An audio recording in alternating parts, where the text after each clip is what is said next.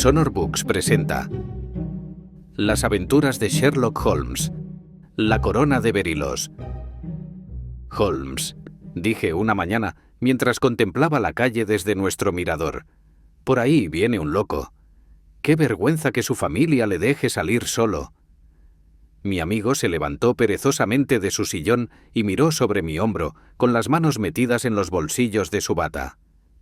Era una mañana fresca y luminosa de febrero, y la nieve del día anterior aún permanecía acumulada sobre el suelo, en una espesa capa que brillaba bajo el sol invernal. En el centro de la calzada de Baker Street, el tráfico la había surcado formando una franja terrosa y parda, pero a ambos lados de la calzada y en los bordes de las aceras aún seguía tan blanca como cuando cayó. El pavimento gris estaba limpio y barrido, pero aún resultaba peligrosamente resbaladizo, por lo que se veían menos peatones que de costumbre. En realidad, por la parte que llevaba a la estación del metro no venía nadie, a excepción del solitario caballero cuya excéntrica conducta me había llamado la atención. Se trataba de un hombre de unos 50 años, alto, corpulento y de aspecto imponente, con un rostro enorme, de rasgos muy marcados y una figura impresionante. Iba vestido con estilo serio pero lujoso. Levita negra, sombrero reluciente, polainas impecables de color pardo y pantalones gris perla de muy buen corte. Sin embargo, su manera de actuar ofrecía un absurdo contraste con la dignidad de su atuendo y su porte, porque venía a todo correr, dando saltitos de vez en cuando, como los que da un hombre cansado y poco acostumbrado a someter a un esfuerzo a sus piernas. Y mientras corría, alzaba y bajaba las manos, movía de un lado a otro la cabeza y deformaba su cara con las más extraordinarias contorsiones. «¿Qué demonios puede pasarle?», pregunté. «Está mirando los números de las casas». «Me parece que viene aquí», dijo Holmes, frotándose las manos. «¿Aquí?» «Sí, y yo diría que viene a consultarme profesionalmente. Creo reconocer los síntomas». «Ajá, ¿no se lo dije?» Mientras Holmes hablaba, el hombre, jadeando y resoplando, llegó corriendo a nuestra puerta y tiró de la campanilla hasta que las llamadas resonaron en toda la casa. Unos instantes después, estaba ya en nuestra habitación, todavía resoplando y gesticulando, pero con una expresión tan intensa de dolor y desesperación en los ojos que nuestras sonrisas se transformaron al instante en espanto y compasión. Durante un rato fue incapaz de articular una palabra y siguió oscilando de un lado a otro y tirándose de los cabellos como una persona arrastrada más allá de los límites de la razón. De pronto se puso en pie de un salto y se golpeó la cabeza contra la pared con tal fuerza que tuvimos que correr en su ayuda y arrastrarlo al centro de la habitación. Sherlock Holmes le empujó hacia una butaca y se sentó a su lado, dándole palmaditas en la mano y procurando tranquilizarlo con la charla suave y acariciadora que tan bien sabía emplear y que tan excelentes resultados le había dado en otras ocasiones. «Ha venido usted a contarme su historia, ¿no es así?», decía. «Ha venido con tanta prisa que está fatigado. Por favor, aguarde hasta haberse recuperado y entonces tendré mucho gusto en considerar cualquier pequeño problema que tenga a bien plantearme». El hombre permaneció sentado algo más de un minuto con el pecho agitado, luchando contra sus emociones. Por fin, se pasó un pañuelo por la frente, apretó los labios y volvió el rostro hacia nosotros. «¿Verdad que me han tomado por un loco?», dijo. «Se nota que tiene usted algún gran apuro», respondió Holmes. «No lo sabe usted bien. Un apuro que me tiene totalmente trastornada la razón, una desgracia inesperada y terrible. Podría haber soportado la deshonra pública, aunque mi reputación ha sido siempre intachable, y una desgracia privada puede ocurrirle a cualquiera. Pero las dos cosas juntas, y de una manera tan espantosa, han conseguido destrozarme hasta el alma. Y además no soy yo solo. Esto afectará a los más altos personajes del país, a menos que se le encuentre una salida a este horrible asunto». «Serénese, por favor», dijo Holmes, «y explíqueme con claridad quién es usted y qué le ha ocurrido». «Es posible que mi nombre les resulte familiar», respondió nuestro visitante. «Soy Alexander Holder, de la firma bancaria Holder & Stevenson, de Threadneedle Street». Efectivamente, conocíamos bien aquel nombre, perteneciente al socio más antiguo del segundo banco más importante de Londres. ¿Qué podía haber ocurrido para que uno de los ciudadanos más prominentes de Londres quedara reducido a aquella patética condición? Aguardamos llenos de curiosidad hasta que, con un nuevo esfuerzo, reunió fuerzas para contar su historia. «Opino que el tiempo es oro», dijo, y por eso vine corriendo en cuanto el inspector de policía sugirió que procurara obtener su cooperación. He venido en metro hasta Baker Street y he tenido que correr desde la estación porque los coches van muy despacio con esta nieve. Por eso me he quedado sin aliento, ya que no estoy acostumbrado a hacer ejercicio. Ahora ya me siento mejor y le expondré los hechos del modo más breve y más claro que me sea posible. Naturalmente, ustedes ya saben que para la buena marcha de una empresa bancaria, tan importante es saber invertir provechosamente nuestros fondos como ampliar nuestra clientela y el número de depositarios. Uno de los sistemas más lucrativos de invertir dinero es en forma de préstamos, cuando la garantía no ofrece dudas. En los últimos años hemos hecho muchas operaciones de esta clase, y son muchas las familias de la aristocracia a las que hemos adelantado grandes sumas de dinero con la garantía de sus cuadros, bibliotecas o vajillas de plata. Ayer por la mañana me encontraba en mi despacho del banco cuando uno de los empleados me trajo una tarjeta. Di un respingo al leer el nombre que era nada menos que... Bueno, quizás sea mejor que no diga más, ni siquiera a usted. Baste con decir que se trata de un nombre conocido en todo el mundo, uno de los nombres más importantes, más nobles, más ilustres de Inglaterra. Me sentí abrumado por el honor e intenté decírselo cuando entró, pero él fue directamente al grano del negocio, con el aire de quien quiere despachar cuanto antes una tarea desagradable. «Señor Holder», dijo, «se me ha informado de que presta usted dinero». «La firma lo hace cuando la garantía es buena», respondí yo. «Me es absolutamente imprescindible», dijo él, «disponer al momento de 50.000 libras. Por supuesto, podría obtener una suma 10 veces superior a esa insignificancia pidiendo prestado a mis amigos, pero prefiero llevarlo como una operación comercial y ocuparme del asunto personalmente. Como comprenderá usted, en mi posición no conviene contraer ciertas obligaciones. ¿Puedo preguntar durante cuánto tiempo necesitará usted esa suma?», pregunté. «El lunes que viene cobraré una cantidad importante y entonces podré con toda seguridad devolverle lo que usted me adelante, más los intereses que considere adecuados. Pero me resulta imprescindible disponer del dinero en el acto. Tendría mucho gusto en prestárselo yo mismo, de mi propio bolsillo y sin más trámites, pero la cantidad excede un poco a mis posibilidades. Por otra parte, si lo hago en nombre de la firma, entonces, en consideración a mi socio, tendría que insistir en que, aun tratándose de usted, se tomaran todas las garantías pertinentes. Lo prefiero así, y con mucho», dijo él, alzando una caja de tafilete negro que había dejado junto a su silla. «Supongo que habrá oído hablar de la corona de Berilos. Una de las más preciadas posesiones públicas del imperio», respondí yo. En efecto, abrió la caja y allí, embutida en blando terciopelo de color carne, apareció la magnífica joya que acababa de nombrar. «Son 39 berilos enormes», dijo, «y el precio de la montura de oro es incalculable. La tasación más baja fijará el precio de la corona en más del doble de la suma que le pido. Estoy dispuesto a dejársela como garantía».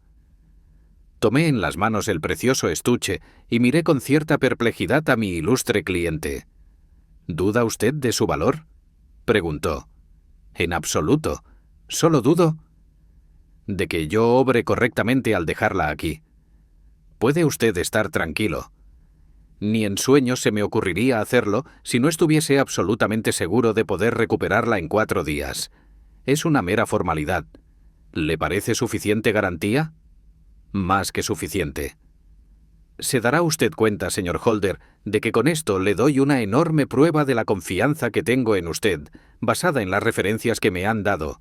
Confío en que no solo será discreto y se abstendrá de todo comentario sobre el asunto, sino que además, y por encima de todo, Cuidará de esta corona con toda clase de precauciones, porque no hace falta que le diga que se organizaría un escándalo tremendo si sufriera el menor daño. Cualquier desperfecto sería casi tan grave como perderla por completo, ya que no existen en el mundo berilos como estos, y sería imposible reemplazarlos. No obstante, se la dejo con absoluta confianza, y vendré a recuperarla personalmente el lunes por la mañana. Viendo que mi cliente estaba deseoso de marcharse, no dije nada más. Llamé al cajero y le di orden de que pagara 50.000 libras en billetes. Sin embargo, cuando me quedé solo con el precioso estuche encima de la mesa, delante de mí, no pude evitar pensar con cierta inquietud en la inmensa responsabilidad que había contraído. No cabía duda de que, por tratarse de una propiedad de la nación, el escándalo sería terrible si le ocurriera alguna desgracia. Empecé a lamentar el haber aceptado quedarme con ella, pero ya era demasiado tarde para cambiar las cosas, así que la guardé en mi caja de seguridad privada y volví a mi trabajo. Al llegar la noche me pareció que sería una imprudencia dejar un objeto tan valioso en el despacho. No sería la primera vez que se fuerza la caja de un banquero. ¿Por qué no habría de pasarle a la mía? Así pues, decidí que durante los días siguientes llevaría siempre la corona conmigo, para que nunca estuviera fuera de mi alcance. Con esta intención, llamé a un coche y me hice conducir a mi casa de Streatham, llevándome la joya. No respiré tranquilo hasta que la hube subido al piso de arriba y guardado bajo llave en el escritorio de mi gabinete.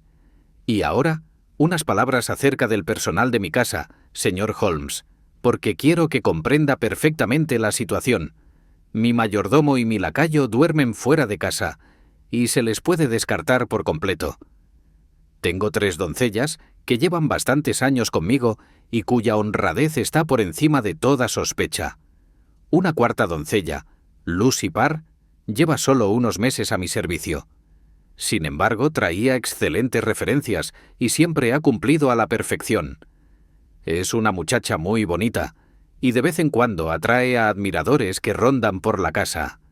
Es el único inconveniente que le hemos encontrado, pero por lo demás, consideramos que es una chica excelente en todos los aspectos.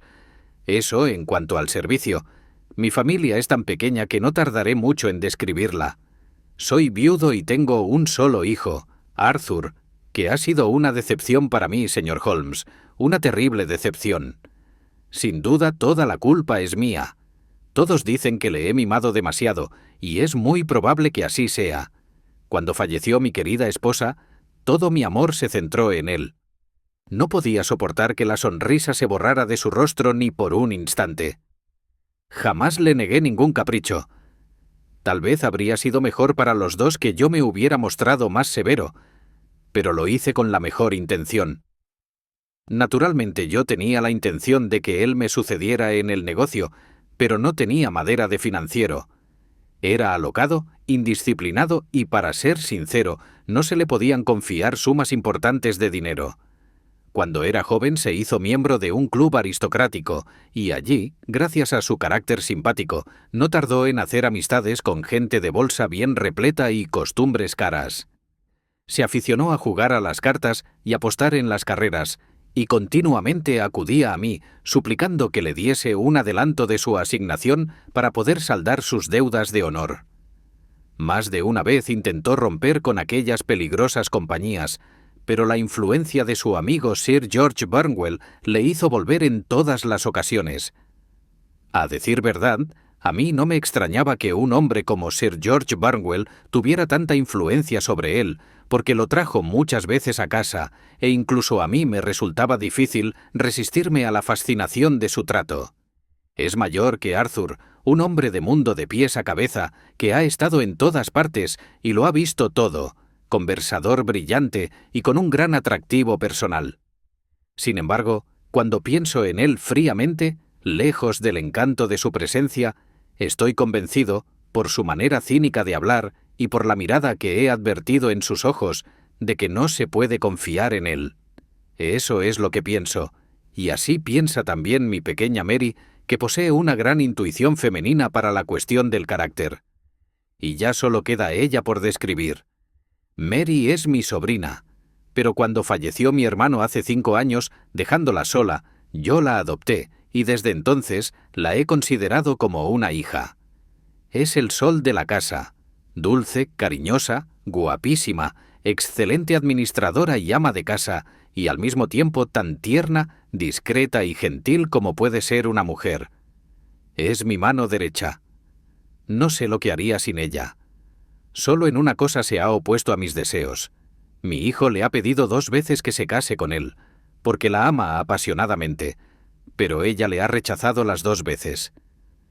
Creo que si alguien puede volverlo al buen camino es ella, y ese matrimonio podría haber cambiado por completo la vida de mi hijo. Pero, ¡ay!, ya es demasiado tarde, sin remedio. Y ahora que ya conoce usted a la gente que vive bajo mi techo, señor Holmes, proseguiré con mi doloroso relato. Aquella noche, después de cenar, mientras tomábamos café en la sala de estar, les conté a Arthur y Mary lo sucedido y les hablé del precioso tesoro que teníamos en casa, omitiendo únicamente el nombre de mi cliente. Estoy seguro de que Lucy Parr, que nos había servido el café, había salido ya de la habitación. Pero no puedo asegurar que la puerta estuviera cerrada. Mary y Arthur se mostraron muy interesados y quisieron ver la famosa corona, pero a mí me pareció mejor dejarla en paz. ¿Dónde la has guardado?, preguntó Arthur. En mi escritorio. Bueno, Dios quiera que no entren ladrones en casa esta noche, dijo. Está cerrado con llave, indiqué. Bah, ese escritorio se abre con cualquier llave vieja. Cuando era pequeño yo la abría con la llave del armario del trastero. Esa era su manera normal de hablar, así que no presté mucha atención a lo que decía. Sin embargo, aquella noche me siguió a mi habitación con una expresión muy seria. «Escucha, papá», dijo con una mirada baja. «¿Puedes dejarme 200 libras?» «No, no puedo», respondí irritado. «Ya he sido demasiado generoso contigo en cuestiones de dinero». «Has sido muy amable», dijo él. «Pero necesito ese dinero, o jamás podré volver a asomar la cara por el club». «Pues me parece estupendo», exclamé yo. «Sí, papá, pero no querrás que quede deshonrado», dijo. «No podría soportar la deshonra. Tengo que reunir ese dinero como sea, y si tú no me lo das, tendré que recurrir a otros medios». Yo me sentía indignado, porque era la 3ª vez que me pedía dinero en un mes. «No recibirás de mí ni medio penique», grité, y él me hizo una reverencia y salió de mi cuarto sin decir una palabra más. Después de que se fuera, abrí mi escritorio, comprobé que el tesoro seguía a salvo y lo volví a cerrar con llave. Luego hice una ronda por la casa para verificar que todo estaba seguro. Es una tarea que suelo delegar en Mary, pero aquella noche me pareció mejor realizarla yo mismo. Al bajar las escaleras encontré a Mary junto a la ventana del vestíbulo, que cerró y aseguró al acercarme yo. «Dime, papá», dijo algo preocupada, o así me lo pareció. «¿Le has dado permiso a Lucy, la doncella, para salir esta noche?» «Desde luego que no. Acaba de entrar por la puerta de atrás. Estoy segura de que solo ha ido hasta la puerta lateral para ver a alguien, pero no me parece nada prudente y habría que prohibírselo. Tendrás que hablar con ella por la mañana, o, si lo prefieres, le hablaré yo. ¿Estás segura de que todo está cerrado?» «Segurísima, papá». «Entonces, buenas noches». Le di un beso y volví a mi habitación, donde no tardé en dormirme. «Señor Holmes, estoy esforzándome por contarle todo lo que pueda tener alguna relación con el caso, pero le ruego que no vacile en preguntar si hay algún detalle que no queda claro. Al contrario, su exposición está siendo extraordinariamente lúcida. Llego ahora a una parte de mi historia que quiero que lo sea especialmente. Yo no tengo el sueño pesado y, sin duda, la ansiedad que sentía hizo que aquella noche fuera aún más ligero que de costumbre. A eso de las 2 de la mañana me despertó un ruido en la casa. Cuando me desperté del todo ya no se oía, pero me había dado la impresión de una ventana que se cerrara con cuidado. Escuché con toda mi alma.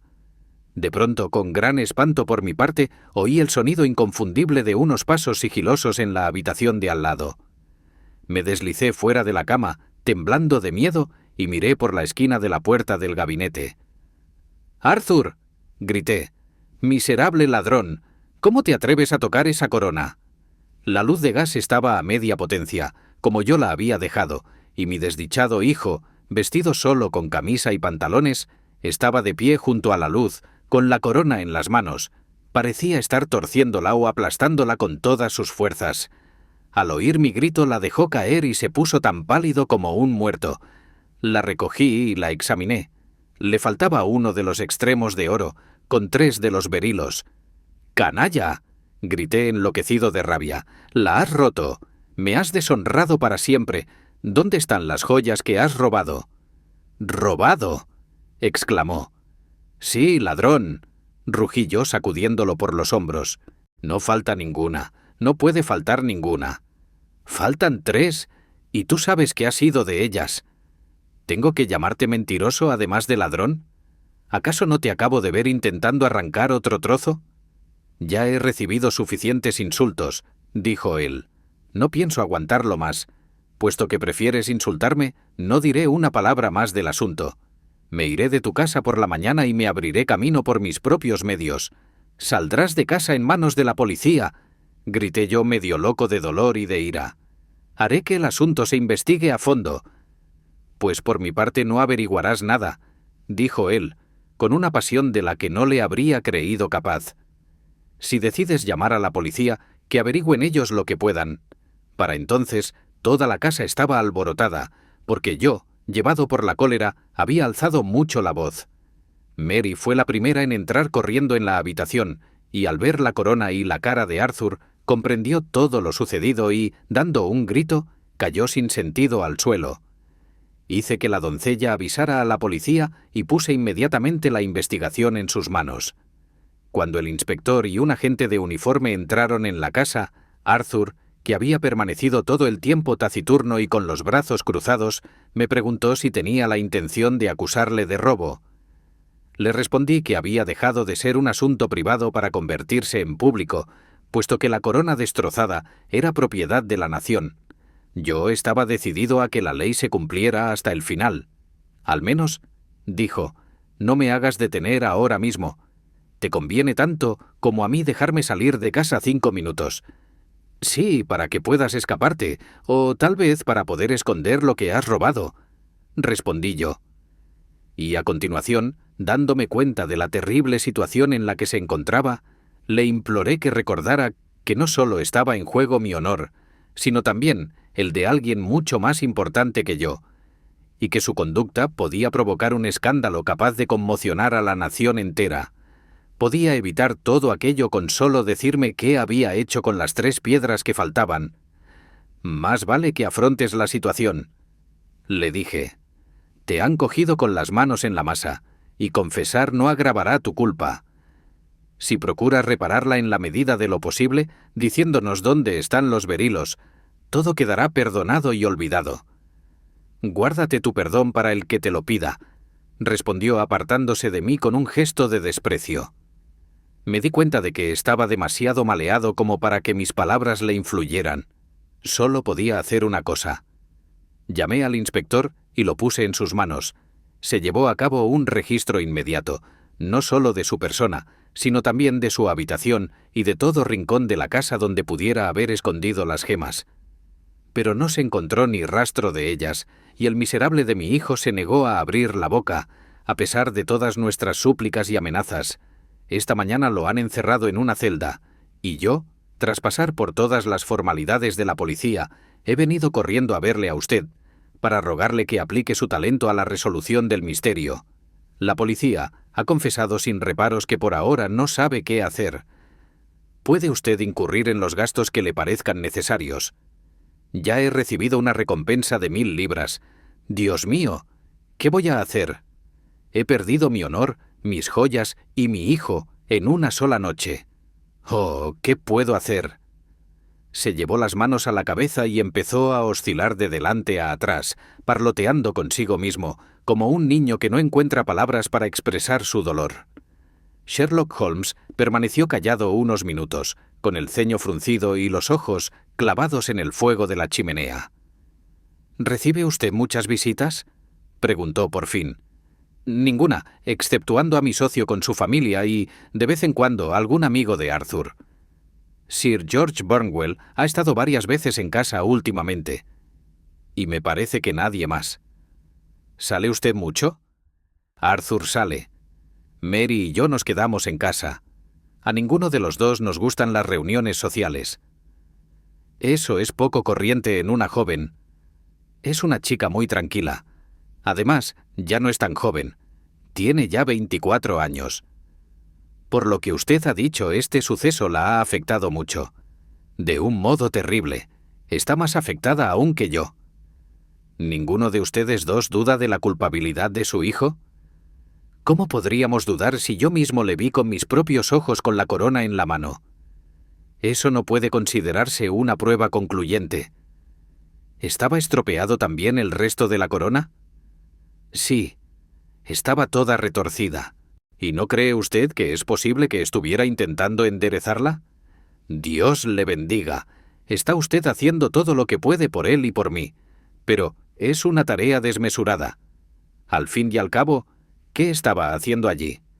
Y si sus intenciones eran honradas, ¿por qué no lo dijo? Exactamente. Y si era culpable, ¿por qué no inventó una mentira? Su silencio me parece un arma de dos filos. El caso presenta varios detalles muy curiosos. ¿Qué opinó la policía del ruido que le despertó a usted? Opinan que pudo haberlo provocado Arthur al cerrar la puerta de su alcoba. Bonita explicación. Como si un hombre que se propone cometer un robo fuera dando portazos para despertar a toda la casa. ¿Y qué han dicho de la desaparición de las piedras? Todavía están sondeando las tablas del suelo y agujereando muebles con la esperanza de encontrarlas. ¿No se les ha ocurrido buscar fuera de la casa? Oh, sí. Se han mostrado extraordinariamente diligentes. Han examinado el jardín pulgada a pulgada. Dígame, querido señor, dijo Holmes, ¿no le empieza a parecer evidente que este asunto tiene mucha más miga que la que usted o la policía pensaron en un principio? A usted le parecía un caso muy sencillo. A mí me parece enormemente complicado. Considere usted todo lo que implica su teoría. Usted supone que su hijo se levantó de la cama, se arriesgó a ir a su gabinete, forzó el escritorio, sacó la corona, rompió un trocito de la misma, se fue a algún otro sitio donde escondió 3 de las 39 gemas, tan hábilmente que nadie ha sido capaz de encontrarlas, y luego regresó con las 36 restantes al gabinete, donde se exponía con toda seguridad a ser descubierto. Ahora yo le pregunto, ¿se sostiene en pie esa teoría? ¿Pero qué otra puede haber?, exclamó el banquero con un gesto de desesperación. Si sus motivos eran honrados, ¿por qué no los explica? En averiguarlo consiste nuestra tarea, replicó Holmes. Así pues, señor Holder, si le parece bien, iremos a Streatham juntos y dedicaremos 1 hora a examinar más de cerca los detalles. Mi amigo insistió en que yo los acompañara en la expedición, a lo cual accedí de buena gana, pues la historia que acababa de escuchar había despertado mi curiosidad y mi simpatía. Confieso que la culpabilidad del hijo del banquero me parecía tan evidente como se lo parecía a su infeliz padre, pero aún así era tal la fe que tenía en el buen criterio de Holmes que me parecía que, mientras él no se mostrara satisfecho con la explicación oficial, aún existía base para concebir esperanzas. Durante todo el trayecto al suburbio del sur, Holmes apenas pronunció palabra y permaneció todo el tiempo con la barbilla sobre el pecho, sumido en profundas reflexiones. Nuestro cliente parecía haber cobrado nuevos ánimos con el leve destello de esperanza que se le había ofrecido, e incluso se enfrascó en una inconexa charla conmigo acerca de sus asuntos comerciales. Un rápido trayecto en ferrocarril y una corta caminata nos llevaron a Fairbank, la modesta residencia del gran financiero. Fairbank era una mansión cuadrada de buen tamaño, construida en piedra blanca y un poco retirada de la carretera. Atravesando un césped cubierto de nieve, un camino de 2 pistas para carruajes conducía a las 2 grandes puertas de hierro que cerraban la entrada. A la derecha había un bosquecillo del que salía un estrecho sendero con 2 setos bien cuidados a los lados, que llevaba desde la carretera hasta la puerta de la cocina y servía como entrada de servicio. A la izquierda salía un sendero que conducía a los establos y que no formaba parte de la finca, sino que se trataba de un camino público, aunque poco transitado. Holmes nos abandonó ante la puerta y empezó a caminar muy despacio. Dio la vuelta a la casa, volvió a la parte delantera, recorrió el sendero de los proveedores y dio la vuelta al jardín por detrás, hasta llegar al sendero que llevaba a los establos. Tardó tanto tiempo que el señor Holder y yo entramos al comedor y esperamos junto a la chimenea a que regresara. Allí nos encontrábamos, sentados en silencio, cuando se abrió una puerta y entró una joven. Era de estatura bastante superior a la media, delgada, con el cabello y los ojos oscuros, que parecían aún más oscuros por el contraste con la absoluta palidez de su piel. No creo haber visto nunca una palidez tan mortal en el rostro de una mujer. También sus labios parecían desprovistos de sangre, pero sus ojos estaban enrojecidos de tanto llorar. Al avanzar en silencio por la habitación, daba una sensación de sufrimiento que me impresionó mucho más que la descripción que había hecho el banquero por la mañana, y que resultaba especialmente sorprendente en ella, porque se veía claramente que era una mujer de carácter fuerte, con inmensa capacidad para dominarse. Sin hacer caso de mi presencia, se dirigió directamente a su tío y le pasó la mano por la cabeza, en una dulce caricia femenina. «¿Habrás dado orden de que dejen libre a Arthur, verdad, papá?», preguntó. «No, hija mía, no. El asunto debe investigarse a fondo». «Pero estoy segura de que es inocente. Ya sabes cómo es la intuición femenina. Sé que no ha hecho nada malo». «¿Y por qué calla si es inocente?». «¿Quién sabe? Tal vez porque le indignó que sospecharas de él». «¿Cómo no iba a sospechar si yo mismo le vi con la corona en las manos? Pero si solo la había cogido para mirarla». «Oh, papá, créeme, por favor, es inocente». «Da por terminado el asunto y no digas más. Es tan terrible pensar que nuestro querido Arthur está en la cárcel». «No daré por terminado el asunto hasta que aparezcan las piedras. No lo haré, Mary.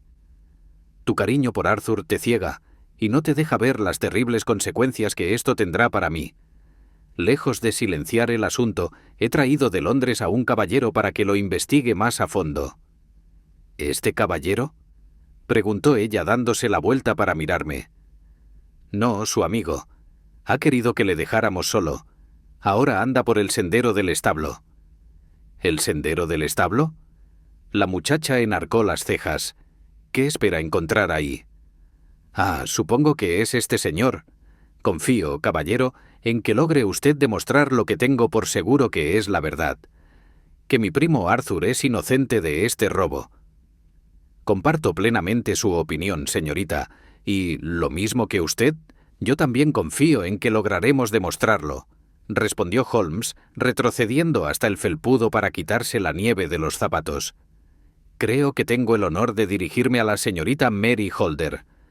¿Puedo hacerle una o dos preguntas?».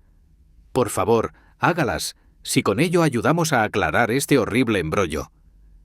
«¿No oyó usted nada anoche?». «Nada, hasta que mi tío empezó a hablar a gritos. Al oír eso, acudí corriendo». «Usted se encargó de cerrar las puertas y ventanas. ¿Aseguró todas las ventanas?». «Sí». «¿Seguían bien cerradas esta mañana?». «Sí». «¿Una de sus doncellas tiene novio? Creo que usted le comentó a su tío que anoche había salido para verse con él». «Sí, y es la misma chica que sirvió en la sala de estar y pudo oír los comentarios de mi tío acerca de la corona». «Ya veo. Usted supone que ella salió para contárselo a su novio y que entre los dos planearon el robo».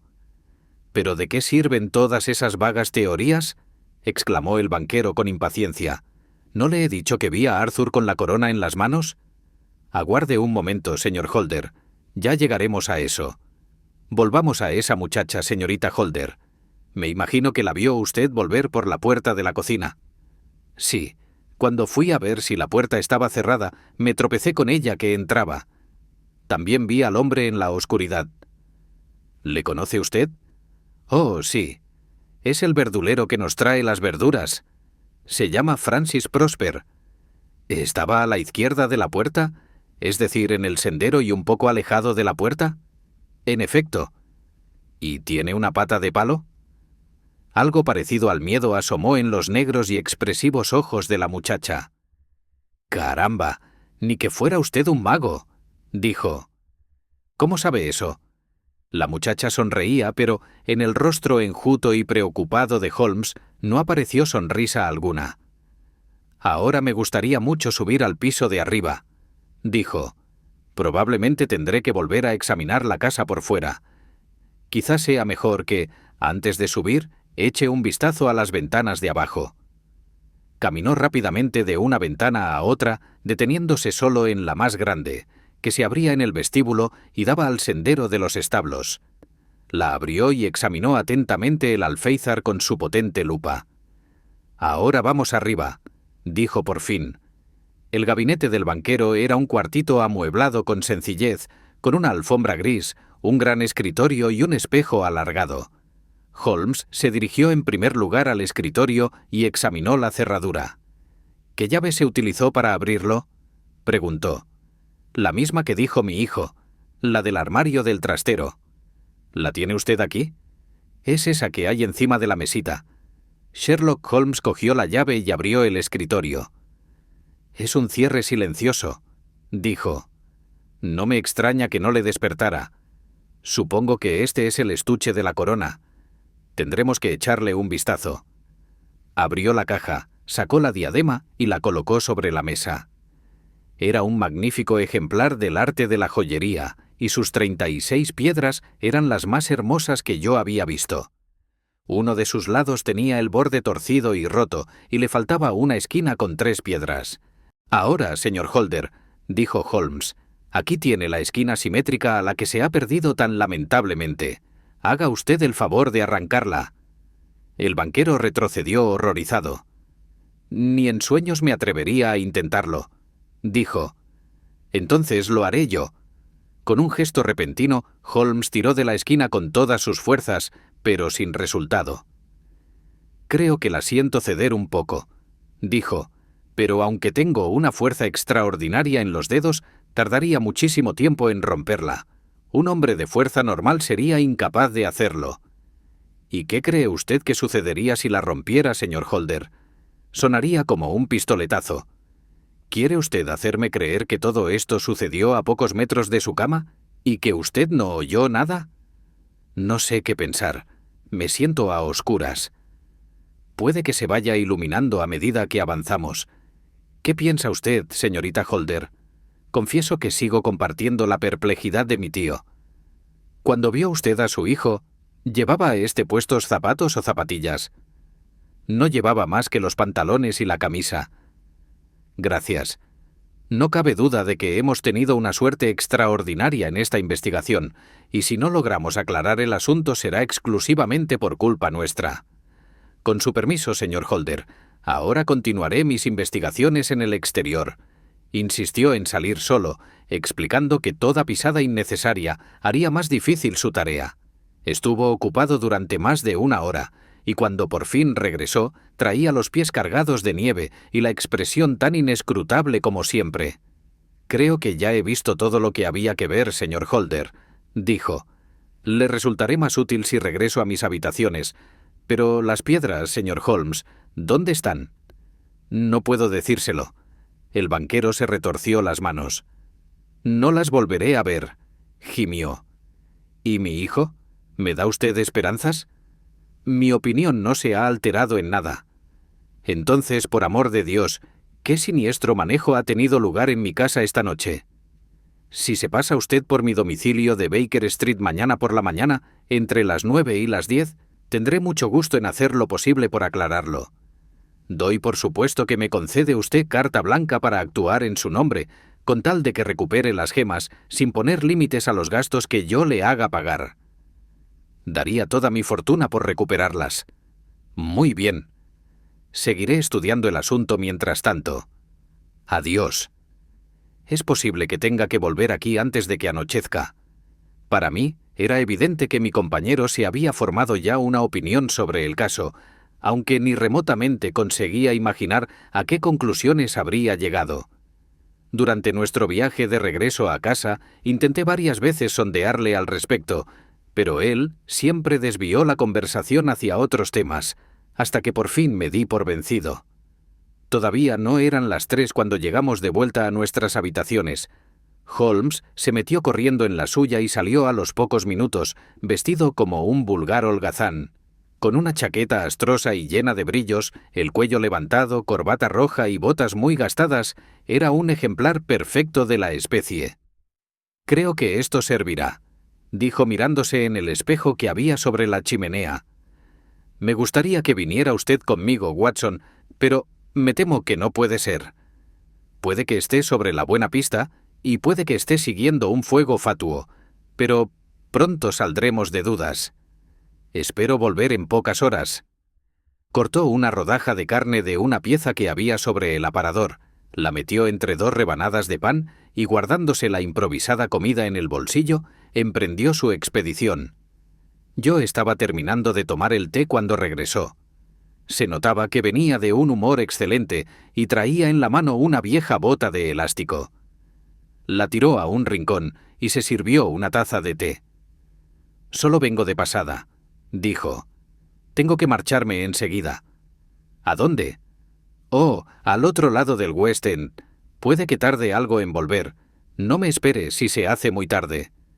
«¿Qué tal le ha ido hasta ahora?» «Así. No tengo motivos de queja. He vuelto a estar en Streatham, pero no llamé a la casa. Es un problema precioso, y no me lo habría perdido por nada del mundo. Pero no puedo quedarme aquí chismorreando. Tengo que quitarme estas deplorables ropas y recuperar mi respetable personalidad».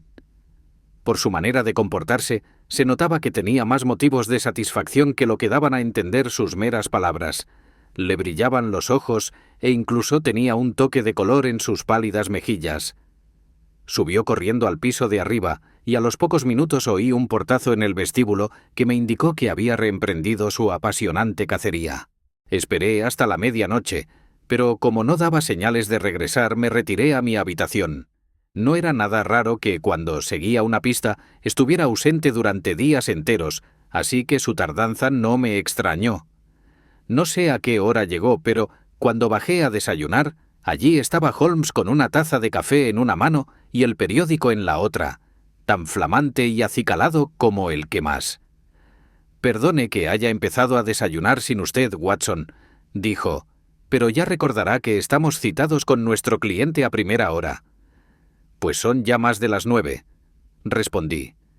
«No me extrañaría que el que llega fuera él. Me ha parecido oír la campanilla».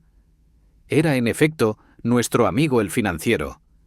Me impresionó el cambio que había experimentado, pues su rostro, normalmente amplio y macizo, se veía ahora deshinchado y flácido, y sus cabellos parecían un poco más blancos. Entró con un aire fatigado y letárgico, que resultaba aún más penoso que la violenta entrada del día anterior, y se dejó caer pesadamente en la butaca que acerqué para él.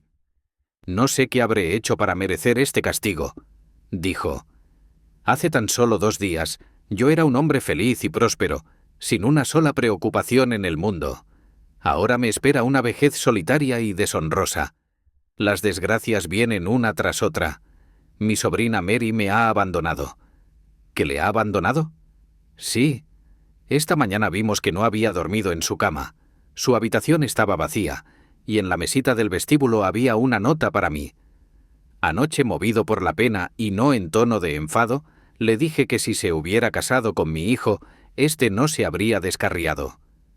Posiblemente fue una insensatez decir tal cosa. En la nota que me dejó hace alusión a este comentario mío. «Queridísimo tío, me doy cuenta de que yo he sido la causa de que sufras este disgusto y de que, si hubiera obrado de diferente manera, esta terrible desgracia podría no haber ocurrido. Con este pensamiento en la cabeza, ya no podré ser feliz viviendo bajo tu techo, y considero que debo dejarte para siempre. No te preocupes por mi futuro, que eso ya está arreglado. Y sobre todo no me busques, pues sería tarea inútil y no me favorecería en nada. En la vida o en la muerte, te quiere siempre. Mary». «¿Qué quiere decir esta nota, señor Holmes? ¿Cree usted que se propone suicidarse?» No, nada de eso. Quizá sea esta la mejor solución. Me parece, señor Holder, que sus dificultades están a punto de terminar. ¿Cómo puede decir eso? Señor Holmes, usted ha averiguado algo, usted sabe algo. ¿Dónde están las piedras? ¿Le parecería excesivo pagar 1000 libras por cada una? Pagaría 10.000. No será necesario. Con 3.000 bastará. Y supongo que habrá que añadir una pequeña recompensa. ¿Ha traído usted su talonario? Aquí tiene una pluma. Lo mejor será que extienda un cheque por 4.000 libras. Con expresión atónita, el banquero extendió el cheque solicitado. Holmes se acercó a su escritorio, sacó un trozo triangular de oro con 3 piedras preciosas y lo arrojó sobre la mesa. Nuestro cliente se apoderó de él con un alarido de júbilo. «¿Lo tiene?», jadeó. «Estoy salvado. Estoy salvado». La reacción de alegría era tan apasionada como lo había sido su desconsuelo anterior, y apretaba contra el pecho las gemas recuperadas. «Todavía debe usted algo, señor Holder», dijo Sherlock Holmes en tono más bien severo. «¿Qué debo?», cogió la pluma. «Diga la cantidad y la pagaré». «No, su deuda no es conmigo. Le debe usted las más humildes disculpas a ese noble muchacho, su hijo, que se ha comportado en todo este asunto de un modo que a mí me enorgullecería en mi propio hijo, si es que alguna vez llego a tener uno». «Entonces, ¿no fue Arthur quien la robó?». «Se lo dije ayer y se lo repito hoy. No fue él». «¿Con qué seguridad lo dice?». «En tal caso, vayamos ahora mismo a decirle que ya se ha descubierto la verdad. Él ya lo sabe. Después de haberlo resuelto todo, tuve una entrevista con él y, al comprobar que no estaba dispuesto a explicarme lo sucedido, se lo expliqué yo a él, ante lo cual no tuvo más remedio que reconocer que yo tenía razón y añadir los poquísimos detalles que yo aún no veía muy claros. Sin embargo, cuando le vea a usted esta mañana, quizá rompa su silencio. Por amor del cielo, explíqueme todo este extraordinario misterio». «Voy a hacerlo», explicándole además los pasos por los que llegué a la solución. «Y permítame empezar por lo que a mí me resulta más duro decirle y a usted le resultará más duro escuchar. Sir George Burnwell y su sobrina Mary se entendían y se han fugado juntos». «¿Mi Mary? Imposible». «Por desgracia es más que posible. Es seguro. Ni usted ni su hijo conocían la verdadera personalidad de este hombre cuando lo admitieron en su círculo familiar. Es uno de los hombres más peligrosos de Inglaterra. Un jugador arruinado, un canalla sin ningún escrúpulo, un hombre sin corazón ni conciencia. Su sobrina no sabía nada sobre esta clase de hombres. Cuando él le susurró al oído sus promesas de amor, como había hecho con otras 100 antes que con ella se sintió halagada, pensando que había sido la única en llegar a su corazón. El diablo sabe lo que le diría, pero acabó convirtiéndola en su instrumento, y se veían casi todas las noches. «No puedo creerlo, y me niego a creerlo», exclamó el banquero con el rostro ceniciento. «Entonces le explicaré lo que sucedió en su casa aquella noche. Cuando pensó que usted se había retirado a dormir, su sobrina bajó a hurtadillas y habló con su amante a través de la ventana que da al sendero de los establos. El hombre estuvo allí tanto tiempo que dejó pisadas que atravesaban toda la capa de nieve. Ella le habló de la corona. Su maligno afán de oro se encendió al oír la noticia y sometió a la muchacha a su voluntad.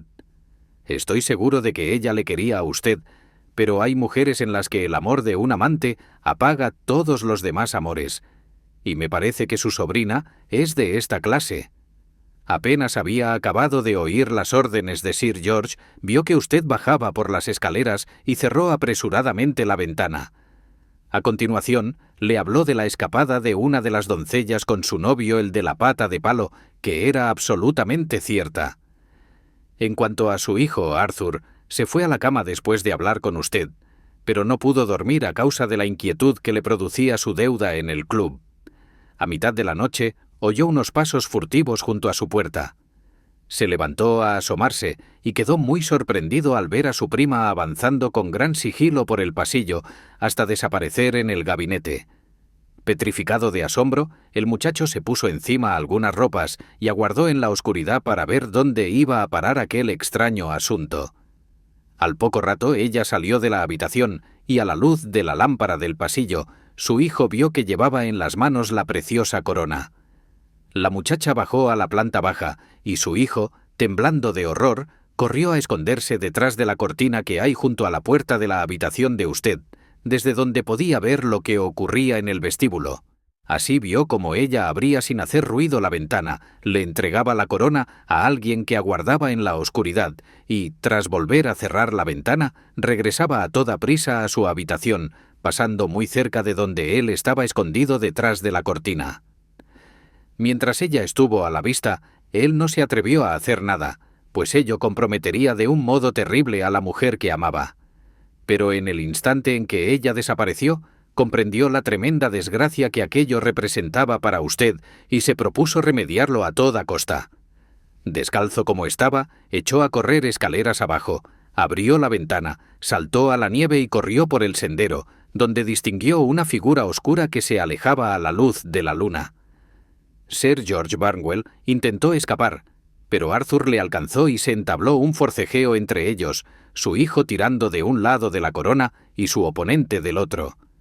En la pelea, su hijo golpeó a Sir George y le hizo una herida encima del ojo. Entonces se oyó un fuerte chasquido y su hijo, viendo que tenía la corona en las manos, corrió de vuelta a la casa, cerró la ventana, subió al gabinete y allí advirtió que la corona se había torcido durante el forcejeo. Estaba intentando enderezarla cuando usted apareció en escena. ¿Es posible?, dijo el banquero sin aliento. Entonces usted le irritó con sus insultos, precisamente cuando él opinaba que merecía su más encendida gratitud.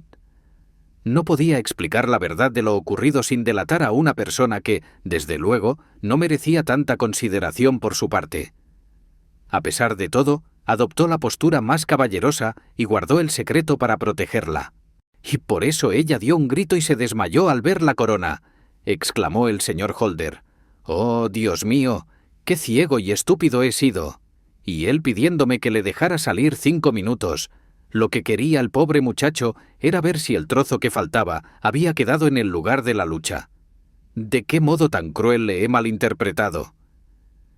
«Cuando yo llegué a la casa», continuó Holmes, «lo primero que hice fue examinar atentamente los alrededores, por si había huellas en la nieve que pudieran ayudarme. Sabía que no había nevado desde la noche anterior y que la fuerte helada habría conservado las huellas. Miré el sendero de los proveedores, pero lo encontré todo pisoteado e indescifrable. Sin embargo, un poco más allá, al otro lado de la puerta de la cocina, había estado una mujer hablando con un hombre, una de cuyas pisadas indicaba que tenía una pata de palo. Se notaba incluso que los habían interrumpido, porque la mujer había vuelto corriendo a la puerta, como demostraban las pisadas con la punta del pie muy marcada y el talón muy poco, mientras Patapalo se quedaba esperando un poco, para después marcharse. Pensé que podía tratarse de la doncella de la que usted me había hablado y su novio, y un par de preguntas me lo confirmaron. Inspeccioné el jardín sin encontrar nada más que pisadas sin rumbo fijo, que debían ser de la policía. Pero cuando llegué al sendero de los establos, encontré escrita en la nieve una larga y complicada historia. Había una doble línea de pisadas de un hombre con botas, y una segunda línea también doble, que, como comprobé con satisfacción, correspondían a un hombre con los pies descalzos. Por lo que usted me había contado, quedé convencido de que pertenecían a su hijo. El primer hombre había andado a la ida y a la venida, pero el segundo había corrido a gran velocidad, y sus huellas, superpuestas a las de las botas, demostraban que corría detrás del otro. Las seguí en una dirección y comprobé que llegaban hasta la ventana del vestíbulo, donde el de las botas había permanecido tanto tiempo que dejó la nieve completamente pisada. Luego las seguí en la otra dirección, hasta unos 100 metros sendero adelante. Allí, el de las botas se había dado la vuelta, y las huellas en la nieve parecían indicar que se había producido una pelea. Incluso habían caído unas gotas de sangre que confirmaban mi teoría. Después, el de las botas había seguido corriendo por el sendero. Una pequeña mancha de sangre indicaba que era él el que había resultado herido. Su pista se perdía al llegar a la carretera donde habían limpiado la nieve del pavimento. Sin embargo, al entrar en la casa, recordará usted que examiné con la lupa el alféizar y el marco de la ventana del vestíbulo, y pude advertir al instante que alguien había pasado por ella. Se notaba la huella dejada por un pie mojado al entrar. Ya podía empezar a formarme una opinión de lo ocurrido. Un hombre había aguardado fuera de la casa junto a la ventana. Alguien le había entregado la joya. Su hijo había sido testigo de la fechoría. Había salido en persecución del ladrón. Había luchado con él. Los dos habían tirado de la corona, y la combinación de sus esfuerzos provocó daños que ninguno de ellos habría podido causar por sí solo. Su hijo había regresado con la corona, pero dejando un fragmento en manos de su adversario. Hasta ahí estaba claro.